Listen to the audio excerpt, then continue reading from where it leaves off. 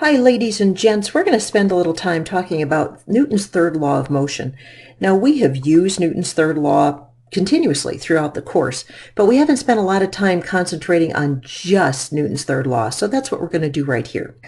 If you recall, the best way that I prefer to say Newton's third law is like this. Forces always come in pairs, equal in size, opposite in direction, and acting on two different bodies or two different objects. Or in other words, you can't hit something without it hitting you back. Here's what I mean. If I push on a wall with 50 pounds of force, the wall's going to push back on me with 50 pounds of force. As this lady is doing her boxing, she hits this heavy bag with 100 pounds of force. It's going to hit her back with 100 pounds of force. And it's not like the bag is smart, that it knows how hard she hit so it can respond. It is just Newton's third law. You hit something, it's going to hit you back with the same force, and that's why boxers don't just shadow box like this fellow is in the background. They have to hit something so that they can build their muscles up with the same sort of resistance they're going to get if they hit a real person in the boxing ring. Now, it also applies to situations like this. It's the middle of the night. You're wandering around your house to try and get, oh my goodness, what did I do? You're wandering around the house to try and get a cookie, and your poor little bare toe hits a countertop or a dining room table in the middle of the night. Now, if you hit your toe with 100 pounds of force, which, boy, you must be running for those cookies, it's going to hit you back with the same 100 pounds of force. Forces always come in pairs, and that's why very often when you do this, you move the coffee table because you just hit it and your poor little toe is now sore and ouchy. But let's talk about a whole bunch of other third law examples. Now, one of the things a lot of people ponder is, how does a rocket operate in deepest, darkest outer space? What actually makes the rocket go? Well, down inside of the rocket, there's fuel. And when that fuel combusts, it makes gas. And the gas is projected out the back end of the rocket at a very, very high velocity, or with a big acceleration. And what this means is there is a very small amount of small mass of gas that comes out of the back of the rocket with a huge quantity of acceleration. Now, the force exerted by the combusting fuel inside of this rocket is going to be the same in both directions. So the small amount of mass comes out with a high acceleration. That takes the relatively big mass of the rocket and accelerates it forward at a lower rate of acceleration, because the rocket weighs a lot more than the rocket fuel. But this is all a result of Newton's third law. Forces come in pairs, one going one way, one going the other way, and each one is going to have a slightly different mass acceleration ratio. Here's another situation. Let's say there's a head-on collision between a very large truck and a very little car. Now, which one would you rather be riding in? Now, most of you, your survival instinct is going to say, hey, put me in that big truck, because you know that mass is your friend in something like a collision. But if I asked you this question, which one will experience the greater impact force? What is that going to be? If these two hit, which one's going to experience the greater impact force, the big truck or the little car? Yes, it is a tricky question, because Newton's third law, the force is going to be exactly the same. Truck's going to push on the car with the same force that the car is going to push on the truck. Why would you prefer to be in the truck in this situation? Well, because the truck has a lot of mass. So the truck's not going to accelerate very much. The car has a small mass, big amount of acceleration, and acceleration is what hurts human beings. That is those change of velocities in a very short period of time. That is what does damage to people. Let's talk about another acceleration of gravity and third law problem. Let's say that you are on your roof doing something crazy like cleaning gutters or shoveling off snow, and you fall off the roof. As you fall off the roof, what forces are acting on you? Well, gravity is pulling you down, and if we ignore air resistance, that's it. But Newton's third law says, hey, for every force, there's got to be an equal and opposite force. So gravity is pulling you down. What is the alternate force. Third law says forces always come in pairs, equal in size and opposite direction. So there's got to be a force up. What's the force up? Well, I've had students in the past say, well, it's air resistance, or it's the sky, or something like that. It's weird and it's crazy, and here's how this works.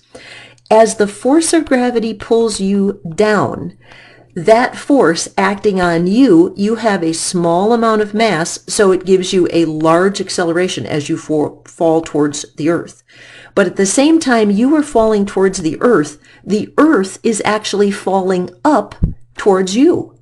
Now, the earth pulls down on you, you pull up on the earth. But why don't we notice the earth moving when we're falling off the roof, besides the fact that we're terrified and busy? It's the fact that the earth has so much mass, the amount of acceleration is so minute, you're not even going to measure it. And what do we call it when something has lots and lots of mass? Inertia.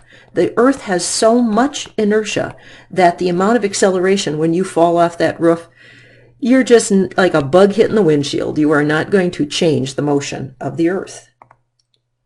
Now, but we can see this on a global scale if we start talking about tides. Now, if you live inland, a long way away from a large body of water, you may have only experienced this on vacation, or maybe you've never experienced it. Those of you who live near the ocean may have experienced tides, and this is all due to Newton's third law. Here's how it works.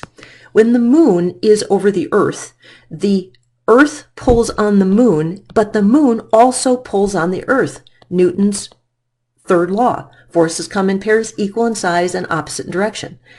But because the water is the bit or the part of the earth that's not terribly attached to the rest of the earth, the water rises towards the moon. It physically is pulled up many, many feet in lots of geographic locations. Now, this produces a high tide when the moon is above. And on the areas of the earth that are perpendicular to that produces a low tide. Now, most places that are near the ocean experience 2 high tides per day. Well, one high tide is due to the fact that the moon is pulling up on the water, and the water is actually rising towards the moon. But how do you get another high tide on the other side of the earth?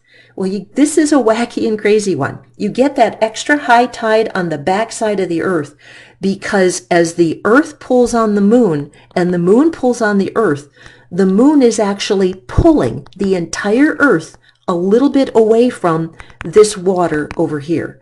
This is very much like the old pull the tablecloth out from underneath the dishes scenario, because of the fact that the moon is tugging on the earth, and this water, due to its inertia, is left behind. And as the moon orbits the earth just about once every 24 hours, you get a high tide here, a slightly lower high tide over there, and a low tide perpendicular to the two.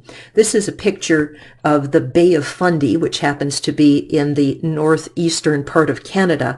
And the Bay of Fundy, actually, this is a picture at low tide and high tide. And the Bay of Fundy is cool because it has the world's biggest tides. I went there many years ago because I'm a nerd and I wanted to see that. Here's another example of Newton's third law. Those of you who have ever hunted or shot a firearm, if you have a firearm and you shoot the bullet forward, you are going to have an explosion due to the gunpowder inside of the firearm, and that is going to produce a force. The small mass of the bullet is going to be accelerated forward at a large rate of acceleration. What does that do? Well, the mass of your rifle or your gun is going to be quite large, and so it's going to have a recoil velocity that is much smaller, but that's what actually pushes that gun back and gives you that kick when you shoot a firearm. Now, those of you who have ever shot a rifle or shot a shotgun know that you are supposed to hold this next to and close to your body as you shoot the firearm. Why are you going to do that? Well, it's to absorb some of that kick, because same thing, you're going to have an explosion, a force caused by the expanding gases of that explosion. It's going to have the small mass of the bullet accelerated greatly as it goes out of the gun. But what happens if you hold that gun tight against your shoulder? Well, then you're going to have the mass of the person plus the mass of the rifle or the gun. Both of those are going to be absorbing the recoil. Increasing this mass dramatically makes the acceleration backwards much, much smaller, and it's going to hurt a lot less. One of the other basic questions I get a lot in physics is, what makes a car go? Well, it's Newton's third law. And your car, through a very complicated set of engine, drivetrain, making the wheels go, bottom line, the tires are going to push against the earth. What's the opposite force in this scenario? Well, you push against the earth and the earth pushes against your car. Why, when your car goes tootling down the road, why doesn't the earth move underneath you? Well, again, it's because you are so tiny, you have so little mass, then the earth has such a huge amount of mass, it has so much inertia that you actually do not actually measure the earth accelerating as your little mass of your car accelerates forward. That's going to do it for Newton's third law, and we'll see you later.